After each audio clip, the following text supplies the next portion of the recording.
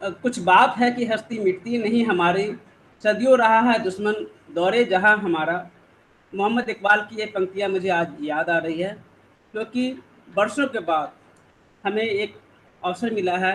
कल श्री राम जी का जन्मभूमि है और भूमि पूजन है। अयोध्या में वर्षों के बाद सुप्रीम कोर्ट के डिसीजन के बाद ये हमें सफलता मिली है।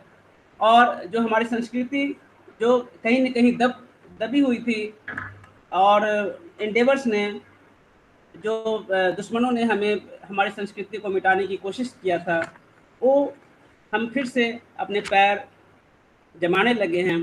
तो कल हमारे पास फिर से वही गौरव का पल आने वाला है। हमारे पास हैं आज प्रोफेसर कृष्णकांत, जो कि चंडीगढ़ इंजीनियरिंग कॉलेज में प्रोफेसर हैं, और डॉक्टर रितेश आर्या, जो कि जियोलॉजिस्ट हैं और जाने माने शिक्षाविद हैं। आज हम उनसे इनके विचार सुनेंगे कि कैसा रहेगा हमारा यह क्षण कैसा रहेगा, इतिहास के लिए कैसा ये अवसर रहेगा, इसके बारे में हम इनसे इनके विचार सुनेंगे। तो हम स्वागत करते हैं professor Ritesh Arya and professor Krishnakant. स्वागत है सर आपका। बहुत प्रोफेसर बहुत शुक्रिया कृष्णकांत। सिन्हा जी, बहुत बहुत शुक्रिया आपका। जी नमस्कार। नमस्कार। सबसे पहले तो हर नमस्कार। भारतवासी को, डॉक्टर आर्या को, डॉक्टर सिन्हा को, आप सबको आज के इस दिवस बहुत बहुत मुबारक। एक मुबारक मौका है। भारत हमारी जननी, भारत हमारी माता, और यही माता श्री राम जन्मभूमि भी है। बहुत खुशी का पल, और वहां पर भूमि पूजन हो रहा है हमारे माननीय प्रधानमंत्री जी के द्वारा। ये और भी खुशी की बात है। बहुत वर्षों इस क्षण का इंतजार था, पर आज इस क्षण मैं हर एक भारतवासी को, हर नागरिक को जिनकी राम में आस्था है, उन्हें मुबारकबाद देता हूँ। उन्हें बहुत बहुत धन्यवाद राम के प्रयासों के लिए, जिसके कारण आज हम इस स्थिति में पहुंच रहे हैं। हमारा विश्व, हिंदू भाईचारा, हिंदू विश्व, हिंदू एक धर्म, एक संस्कृति, एक जाति का नाम, और उनके द्वारा श्री राम का गुणगान, यही हमारी आस्था, यही हमारा ध्यान। शब्दों से परे है, और आज इस पल भाव विभोर हो रहा हूं। बहुत बहुत प्रसन्नता हो रही है कि विष्णु के 7वें अवतार श्री राम, जो कि दशरथ के घर में जिन्होंने जन्म लिया, उनके जन्म स्थान को फिर से गौरवान्वित करने का मौका आया है।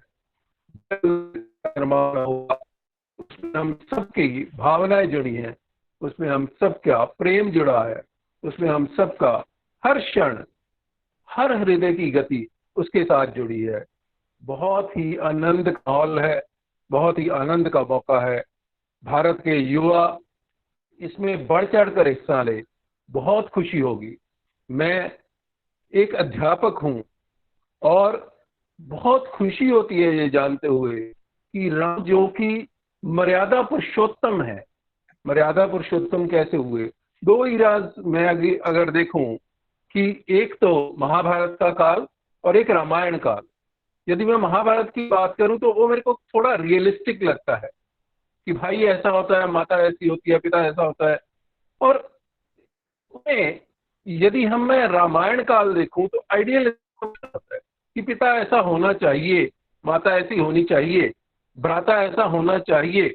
ये सब आइडियलिज्म वर्सेस रियलिज्म, ये जो दोनों है महाभारत काल में और रामायण काल में, ये मुझे बहुत प्रसन्नता होती है। एक एक में एक खड़ी श्री राम ने अपने जीवन में हमें कुछ न कुछ, हर क्षण हम उनसे सीखते रहे। करीब 11,000 साल तक वो धरती पर रहे, और इस दौरान 10,000 साल से ऊपर उन्होंने अयोध्या में राज किया। और उस दौरान उनके द्वारा किए गए कार्य आज भी धरती के वासी याद रखते हैं, क्योंकि वैसा महान राजा ना कभी हुआ।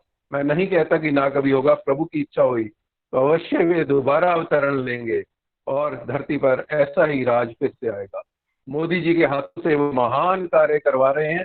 बहुत ही उत्तम घड़ी है, बहुत ही बड़ी बात है। क्यों विभिन्न चीजें हुई उनके जीवन में, कुछ जिनके बारे में हम जानते हैं, कुछ जिनके बारे में हम नहीं जानते। लक्ष्मण को रावण के पास भेजना एक महान महान बात थी। जिस समय रावण प्राणशैया पे पड़े थे, लक्ष्मण को उन्होंने कहा, जाइए, दुनिया एक महानतम राजा जो कि महाज्ञानी है, महापंडित है, जाइए उनसे कुछ सीख कर आइए। लक्ष्मण गए, श्री रावण के सिर की ओर खड़े हुए, प्रणाम किया, कहा, मैं प्रभु श्री राम का अनुज हूं, मुझे कुछ आपसे ज्ञान की अपेक्षा है। रावण ने उनकी ओर मुंह नहीं किया। वे बस गए श्री राम के पास, कहा कि वो तो मुझसे बात नहीं कर रहे हैं। श्री राम कहते हैं, वो एक महान पंडित, एक महान ज्ञानी है, महान वेद है, चरणों प्रणाम कीजिए और चरणों की तरफ खड़े हों, फिर आपको वो ज्ञान का प्रसार बन हुआ। और रावण ने अपने मन से श्री राम ज्ञान लेते हुए जो ज्ञान की बात वर्षा कर सकते थे, लक्ष्मण पर की।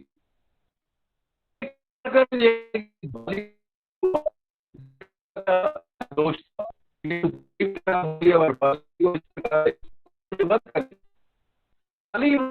में एक ही बात स्वरूप में कि इमोरलिटी जहाँ आई, छोटे भाई भाई का हरण किया, अपने छोटे भाई को जबरदस्त शादी करने का ऐसा प्रपंच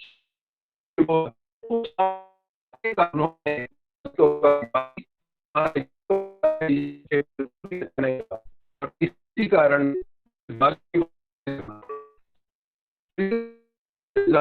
उनके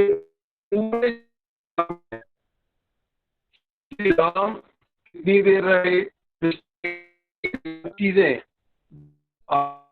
जाना 11 साल पहले रामायण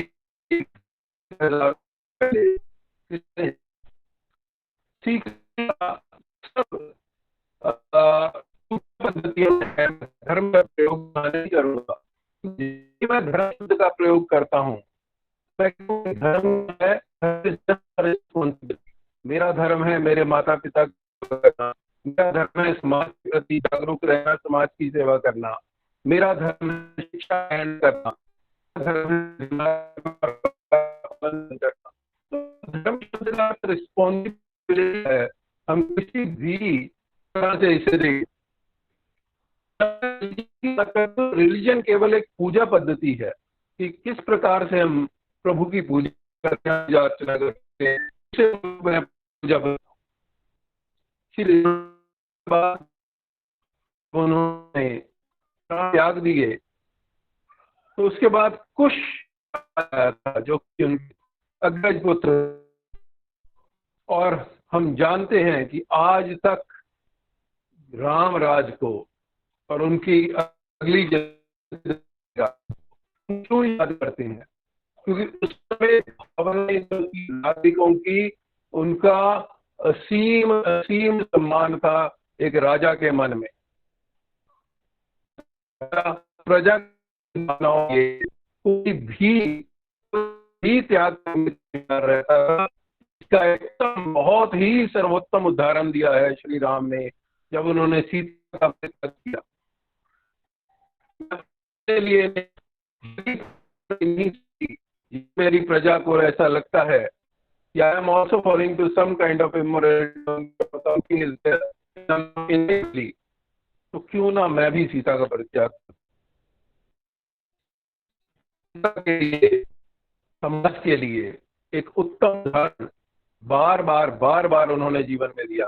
पिता के लिए किसी मोह के वन में चले गए, किस प्रकार वहां पर विभिन्न प्रकार की मुश्किलों के रहते हुए भी कृष्ण की सेवा में रहे, बहुत से उदाहरण आते हैं।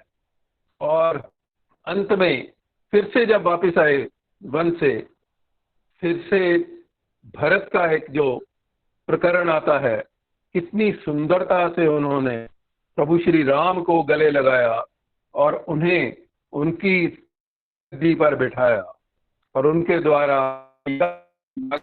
भगवान। और आज के परिप्रेक्ष्य में यदि हम देखें कैसा भारत, क्या चाहते हैं हम, क्या फिर भारत में एक शक्ति स्थल है क्या राम मंदिर? अवश्य ही एक शक्ति स्थल है। सब धर्मों, सभी पूजा पद्धतियों को जोड़कर साथ लेकर आगे चलेगा, सभी प्रकार के लोगों को उनकी जिम्मेवारी बोध करवाते हुए, उनको ज्ञान से गौरवान्वित करते हुए एक ऐसे स्थान तक ले जाएगा जहां भारत फिर से विश्व को एक नई दिशा देगा, एक नई देगा और पूरे विश्व में सौहार्द का भाव बनेगा, लोग रहेंगे। मेरे आज के लिए यही कथन। आप सबको बहुत बहुत मुबारक। डॉक्टर सिन्हा, आपका बहुत बहुत शुक्रिया, आपने मुझे आज मौका दिया। जी जी, थैंक यू।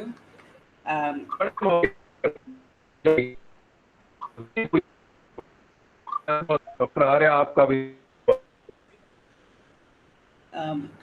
बहुत ही विस्तार से प्रोफेसर कृष्णकांत ने समझाया कि कैसे श्री राम जी का राम मंदिर का कैसे निर्माण में कैसे कैसे चरण हुए और क्या क्या इम्पोर्टेंस था। अब हम प्रोफेसर रितेश आर्या को आमंत्रित करते हैं कि वो इस पर कुछ प्रकाश डालें कि कैसा उन्हें लग रहा है, कैसा इसके बाद किस तरह की जनता की भावना होगी, इसके बारे में प्रोफेसर रितेश आर्या कुछ बताएं। Professor Ritesh Arya. Doctor Ritesh Arya. Doctor Ritesh Arya, नमस्कार। नमस्कार। आज सबको मैं आज इस पावन दिवस पर मैं आप सबका बहुत दिल से स्वागत करता हूं कि आज भूमि पूजन हो रहा है राम जन्मभूमि का। ये एक बहुत ही दिवस ऐसा है जो अस्मरणीय, एक यादगार दिवस इस पूरे इतिहास में हमारे जीते जी लिखा जा रहा है और इसी के बारे में आज मैं एक छोटी सी विचार अपने रखूंगा। राम जन्मभूमि और राम मंदिर। जो भी व्यक्ति इस भारतवर्ष में पैदा हो जाता है, किसी न किसी रूप में बचपन से ही वो रामायण और रामलीला के साथ जुड़ जाता है। उसे किसी न किसी रूप में वो रामलीला के दृश्य हमेशा याद रहते हैं, चाहे वो लक्ष्मण रेखा हो, चाहे वो राम सेतु का बनना हो। और अब तो ये एक इंजीनियरिंग मार्वल, ये मैनमेड स्ट्रक्चर हर साइंटिफिक तौर पे, हर तथ्यों के तौर पे आधार पे ये माना गया है कि ये एक ब्रिज था जो आदमियों ने बनाया था, राम ने बनाए थे। और इसमें हम देख रहे हैं कि कैसे नासा ने भी सैटेलाइट इमेजरी के द्वारा और हमारे भी वैज्ञानिकों ने इसको एस्टैब्लिश कर दिया कि राम सेतु एक मैनमेड स्ट्रक्चर था। और फिर उन्होंने कैसे जाके वहां पे इस ब्रिज के क्रॉस करके कैसे लंका में जाके रावण का दहन किया। और हम उस विजय दिवस को आज भी, कितने सदियों सदियों साल बीत गए, लेकिन उस विजय दिवस को आज भी हम एक हार पे अच्छाई पे बुराई की जीत के रूप में मनाते हैं। और ये पूरा का पूरा इतिहास जनरेशन टू जनरेशन हमारे आज तक पहुंचा है। बचपन से लेकर मरण तक राम हमारे अभिन्न अंग हैं। मुझे हिंदुस्तान में तो देखने का बचपन से मौका मिला था, लेकिन जब मैं बाली में गया था एक इंटरनेशनल जियोथर्मल कांग्रेस के लिए, तो वहां पे भी मैं देख के हैरान रह गया था कि हम तो यहाँ पे सिर्फ 10 दिन के लिए रामायण मनाते थे, रामलीला मनाते थे और फिर दशहरा हो जाता था। लेकिन बाली एक ऐसी जगह है जहां पे रोज रामलीला होती है, रोज रामलीला होती है, रोज राम को याद किया जाता है और रोज हजारों पर्यटक उसको देखने के लिए मेडिटेरियन सी के साथ वहां पे खड़े होते हैं। और सॉरी, ये क्वेश्चन के बैंक पे ये खड़े होते हैं। तो हम ये देख के बहुत हैरान रह गए कि कैसे 1-1.5 घंटे के अंदर पूरी रामलीला हो जाती है और सारे के सारे इंसिडेंसेस बगैर किसी वार्तालाप के, और जैसे पुराने जमाने में जैसे लोग बात करते थे तो उसी तरह ये आवाजों साउंड के द्वारा ये पूरी की पूरी रामायण को पूरा दर्शा देते थे। लंका अध्ययन से लेके एक एक चीज बहुत ही अच्छे ढंग से ये उस प्ले में प्रस्तुत करते हैं। बाली के पत्थरों में पूरी की पूरी रामायण कैसे वहां के शिल्पकारों ने पत्थरों में बना रखी है, वो भी एक देखने का विषय है। तो एक इससे ये पता लगता है कि जो भी बात रामायण में लिखी गई है, चाहे वो हिंदुस्तान में एक जगह जो भी उन्होंने विजिट है, जहां पे भी जो जो वो सारी की सारी साइंटिफिक तौर पे एक एक जगह को हम रिलोकेट कर सकते हैं। और बाली में भी ऐसे ऐसे अवशेष हमारे को मिलते हैं जो ये सोचने पे मजबूर करते हैं कि सदियों तक कैसे हमारी परंपरा अभी तक रखी गई है, सुरक्षित रखी गई है। मुझे अयोध्या का ट्रिप 2010 11 या 12 में मिलने का जाने का वहां पे सौभाग्य, और मैं परिवार के साथ वहां पे गया था। बच्चे बड़े हो रहे थे। अब राम क्या चीज है, कृष्ण क्या चीज है, तो मैंने सोचा क्यों ना इनको अयोध्या में जाके ही बताया जाए कि राम क्या चीज है। तो हम सब गए, वहां पे देखा कि काफी काफी वहां पे जो इंफ्रास्ट्रक्चर है काफी कमजोर था उस टाइम। टॉयलेट्स नहीं थे, सड़कें ऐसी थी कि अगर मैं ये महसूस कर रहा था कि अगर मैं राम जैसे अगर राम यहाँ पे द्वारा से आ जाएं और अगर वो देखें अपनी अयोध्या का हाल, तो क्या दयनीय स्थिति थी उस टाइम कि आप वहां पे आके ऐसी स्थिति बना दी गई थी इतने सालों के दौरान कि वहां पे आप जाना भी पसंद नहीं करेंगे। फिर हम पहुंचे वहां पे राम जन्मभूमि के न्यास पे। हमने वहां पे देखा कैसे वहां पे लोग चंदा इकट्ठा कर रहे हैं, कैसे वहां पे शिल्पकार ये अभी भी बनाई जा रहे हैं। पर उस समय कार्य कम था, बंद था, लेकिन फिर भी कार्य हो रहा था और एक आस्था जुड़ी हुई थी। कितनी सदियों से ये जुड़ी हुई है आस्था कि राम का मंदिर, राम का महल वहीं पे बनेगा। हम सारी के सारे वहां पे जितने भी जगहें थी सारी विजिट की, वहां पे सारी की जगहें देखी वहां पे। पर कभी भी वहां पे उस टाइम ये महसूस नहीं हो पा रहा था जो वहां पे जो इंफ्रास्ट्रक्चर था और जो जो जो वहां पे स्थिति थी, वहां पे देख के ऐसा कभी नहीं लगता था कि 2020 में आज 5 अगस्त के दिन हम इसका शिलान्यास करेंगे, इसका भूमि पूजन करेंगे। ये उस समय भी मेरे को कभी भी यकीन नहीं हो रहा था। पर लोगों की आस्था, सदियों के सैक्रिफाइस, कितने लोगों ने अपनी जानें इसमें कुर्बान कर दी हैं, चाहे वो बाबर से उस टाइम लड़ाई लड़ते हुए की, उसके बाद संघर्ष किए, कितने लोगों ने इस पे जाने दे दी, उसका कोई गिनती नहीं है। फिर हमें आज ये 5 अगस्त का दिन देखने को मिल रहा है जो एक मैं समझता हूं अगर असल में आजादी मिली है हमें तो आज 5 अगस्त को मिली है, उससे पहले हमें आजादी नहीं मिली थी। क्यों? क्योंकि पहले राम का जन्म भूमि की पे लड़ाई लड़ रहे हो आप, राम के अस्तित्व पे लड़ाई लड़ रहे हो आप, अपनी अपनी जड़ों के अस्तित्व पे लड़ाई लड़ रहे हो। आप अपने खोखलापन दर्शा रहे थे, लेकिन आप कभी भी अपनी आजादी को प्रकट नहीं कर पा रहे थे। वहां पे जब मैं था तो मेरा एकदम विचार एक और आया कि क्या शक्ति थी उस समय कि हमें राम जैसे योद्धा, लक्ष्मण जैसे योद्धा, भरत जैसे योद्धा, शत्रुघ्न जैसे योद्धा, वही नहीं हनुमान जैसे योद्धा, बाली जैसे योद्धा, मतलब आप नाम लीजिए, चाहे वो अच्छे के रूप में थे चाहे बुरे के रूप में थे, लेकिन सब योद्धा थे। तो वो योद्धा कैसे पैदा होते थे? सबसे बड़ी बात, सबसे बड़ा प्रश्न ये था मेरे लिए। तो मैंने देखा, थोड़ा सा चिंतन किया, तो हमारी जो पुरानी शिक्षा नीति थी, गुरुकुल की शिक्षा नीति, जब आप गुरु के पास पढ़ने जाते थे, और गुरु भी गुरु हुआ करते थे, उनको ज्ञान पूरा पूरा था, अपने सब्जेक्ट के वो माहिर थे, तब वो गुरु बनते थे। आज के टीचर और उनके गुरु में बड़ा अंतर है। गुरु बनना बहुत मुश्किल चीज है, और एक बार गुरु बन गए तो आप राम जैसा फिर वातावरण क्रिएट कर सकते हैं, आप वैसा वैसा स्ट्रक्चर क्रिएट कर सकते हैं, इंफ्रास्ट्रक्चर। जब तक आपके पास ऐसा नहीं है कि आप राम जैसे योद्धा, शूरवीर, हनुमान जैसे शूरवीर पैदा कर सकें, तो आपका मतलब एजुकेशन सिस्टम में कहीं ना कहीं फ्लॉ है।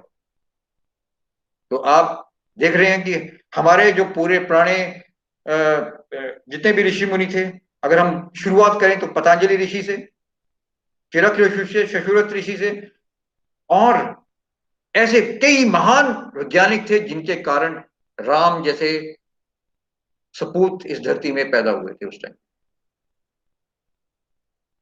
और ये कॉन्स्टिलेशंस देखिए, ये स्ट्रक्चर है, ये सप्त ऋषि हैं, तारे हैं।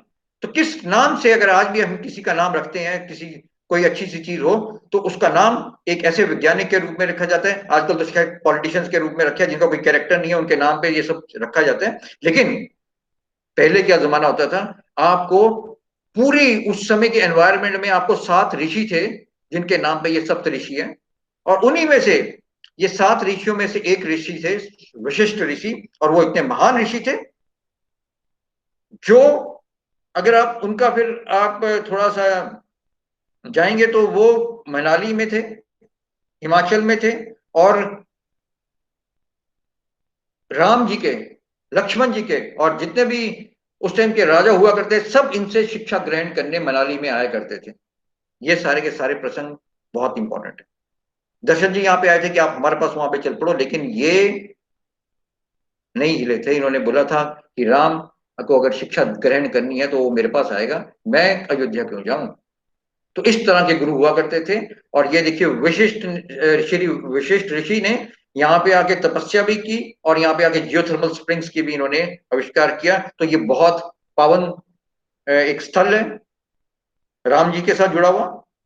तो 2 ऋषि, जब मैं पढ़ रहा था तो 2 ऋषि, एक वशिष्ठ ऋषि और एक दूसरा विश्वामित्र, जो राजा थे खुद और बाद में उन्होंने ये बन गए ऋषि बन गए। तो इन्होंने भी, इनको एक थियोरेटिकल ट्रेनिंग दी गई वेदों की, विज्ञान की, और एक प्रैक्टिकल ट्रेनिंग दी गई वॉर की, जिसके कारण वो राम जैसे योद्धा उस समय पैदा हुए। अयोध्या, अयोध्या का नाम, और अयोध्या उस समय सेंटर था, हर चीज का सेंटर अयोध्या था। अयुद्ध, जिसके साथ तुम युद्ध करने की सोच भी नहीं सकते, और अगर युद्ध कर लिया तो कभी जीत की सोच भी नहीं सकते। अयोध्या, योद्धाओं के योद्धा, अयोध्या, अयोध्या। इतनी ताकत थी इस वर्ड में, हम वर्ड का मीनिंग भूल गए। तो वो एक ताकत ऐसे नहीं आ गई थी कि ताकत किसी के कहने से आ गई या किसी के उससे आ गई। वो एक सिस्टम था हमारा, वो हमारे ऋषियों और मुनियों द्वारा बनाया गया ऐसा सिस्टम था जिसके द्वारा वहां पे योद्धा पैदा हुआ करते थे। और कोई लड़ाई लड़ने का तो सोचो दूर दूर तक सोच नहीं सकता। जैसे आज अमेरिका के साथ कोई नहीं सोच सकता, उस समय अयोध्या के साथ भी कोई नहीं सोच सकता था। हम इतने ताकतवर थे, हर चीज से ताकतवर थे। राम श्रीलंका में जीत के आगे, राम राज्य स्थापित हो गया। फिर ये सारा कुछ होने के बावजूद ऐसा क्या हुआ कि अयोध्या का नाम एकदम सब कुछ गड़बड़ हो गया। ये भी एक सोचने का विषय आया, ये जो मैं इसके बारे में रिसर्च कर रहा था, कि एकदम ऐसा क्या आया कि अयोध्या इतना पावर सेंट्रिक होने के बावजूद, जिसने बाली तक और यहां तक अफगानिस्तान, मतलब कहाँ कहाँ वो, अगर आप नक्शा देखेंगे पुराना तो बहुत मुश्किल है वो ये सोचना कि हम खाली हमारी बाउंड्रीज कहाँ कहाँ थी, और कैसे कैसे हमने सारी लड़ाइयां लड़ी भी हैं, जीती भी हैं। और फिर धर्म की तरह ये नहीं कि हम वहां पे बैठ गए हैं, जो उसका राइटियस बंदा था उसको हमने, चाहे वो इंडोनेशिया में था चाहे वो श्रीलंका में था, हम उसके सत्ता सौंप के वहां से आए। तो आप देख रहे हैं कि वहां से फिर एकदम अयोध्या का सेंटर खत्म हो गया, और फिर द्वारका, और बाद में कुरुक्षेत्र एकदम ये सेंटर बन गए महाभारत टाइम्स में।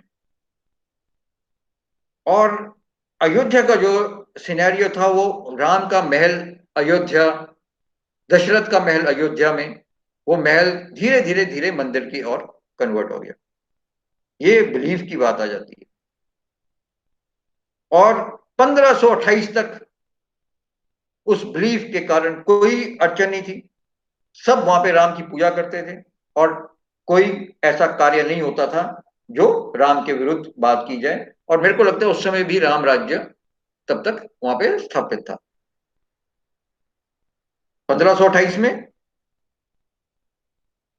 उज्बेकिस्तान से बाबर बहुत छोटा था उस टाइम आया, उसकी डायनेस्टी मतलब ऐसी थी, और वहां पे आया और पता नहीं कैसे उसने ये अयोध्या पहुंच गया और इसने 1528 में वो राम मंदिर का जो था वो वहां पे वो गिरा दिया। उज्बेकिस्तान से एक व्यक्ति आता है उज्बेकिस्तान से और यहाँ पे आके एक मंदिर, हमारा मंदिर, हमारी आस्था को तोड़ देता है। और जब वो मंदिर टूटा, और वो आज तक देख लो,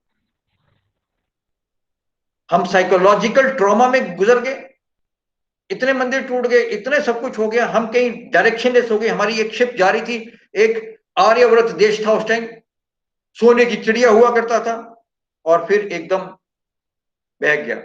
कई साल लग गए हमारे को, और अभी भी हम डायरेक्शनलेस ही मैं मानूंगा, क्योंकि हम अभी भी आज 5 अगस्त के दिन एक डायरेक्शन इसको मिल रही है। कितनी साल लग गए, कितनी सदियां लग गई, लेकिन आज जो नींव रखी जा रही है राम मंदिर की रखी जा रही है, लेकिन भविष्य में ये हमारी आस्थाओं की नींव रखी जा रही है, ये हमारे हिस्टोरिकल रूट्स की नींव रखी जा रही है, हमारे अस्तित्व की नींव रखी जा रही है, और एक भविष्य में किस डायरेक्शन में हमने जाना है उसकी नींव रखी जा रही है।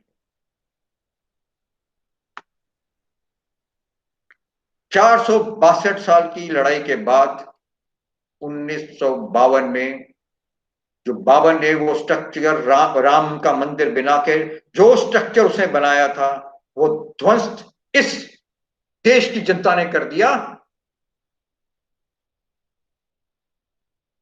और फिर भी कई लोग माने नहीं, एविडेंसेस ढूंढ रहे थे, उसी के नीचे एविडेंसेस भी मिले, सारे के सारे सबूत ये दर्शाते थे कि वहां पे राम का महल था, फिर राम का मंदिर बना। और एविडेंसेस के तौर पे ये बड़ी इंटरेस्टिंग कहानी है, अगर ये चल पड़ा वीडियो, नहीं तो मैं थोड़ा सा वैसे बता देता हूं क्या हुआ था। मैं कुल्लू गया था,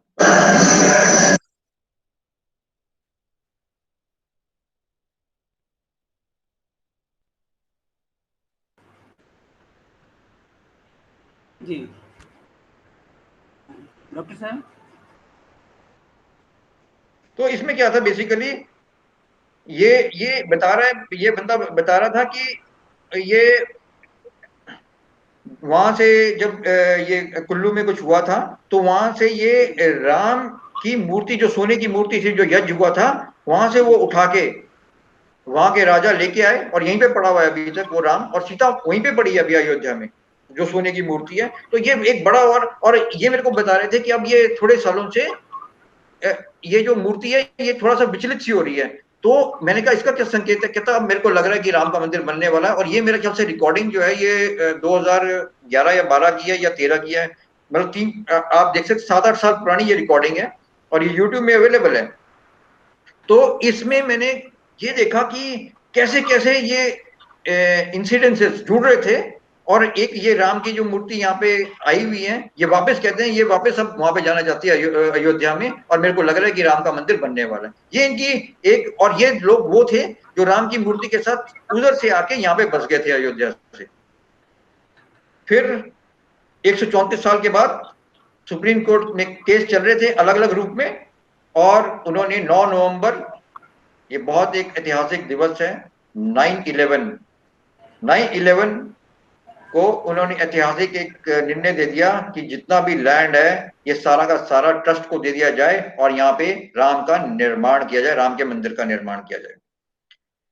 तो 9/11 को कुछ और भी हुआ था, मेरी बेटी का भी जन्म हुआ था। तो ये एक ऐतिहासिक दिवस मैं मानता हूं कि ये उस जजमेंट का, सुप्रीम कोर्ट की इतने फैसले के बाद, अब इसका क्या मतलब है जजमेंट का। एक बड़ा सिंपल सा है कि आज हम 5 अगस्त को भूमि पूजन कर रहे हैं राम की मंदिर का, और टेम्पल, इस राम के भव्य मंदिर का। मैं तो मानता हूं कि अगर ये इतना भव्य मंदिर होना चाहिए कि ये 7 अजूबे, क्या जितने भी अजूबे आज तक बने हैं सारे पीछे के पीछे रह जाएं, और ये एक अजूबा अलग से राम मंदिर का, राम की गरिमा को बताते हुए, राम की पूरी इतिहास को बताते हुए, उनकी हमारे पूरी संस्कृति को बताते हुए ये इतना इतना महान ये मंदिर बने कि ये 130 जितने भी हम करोड़ लोग तो हिंदुस्तान में है, और जो भी भविष्य भारत के बाहर भी जो राम के साथ जुड़े हुए हैं, जो राम की संस्कृति के साथ जुड़े हुए हैं, जो आर्यव्रत संस्कृति के साथ जुड़े हुए हैं, वो सब के सब इससे गदगद महसूस करें। और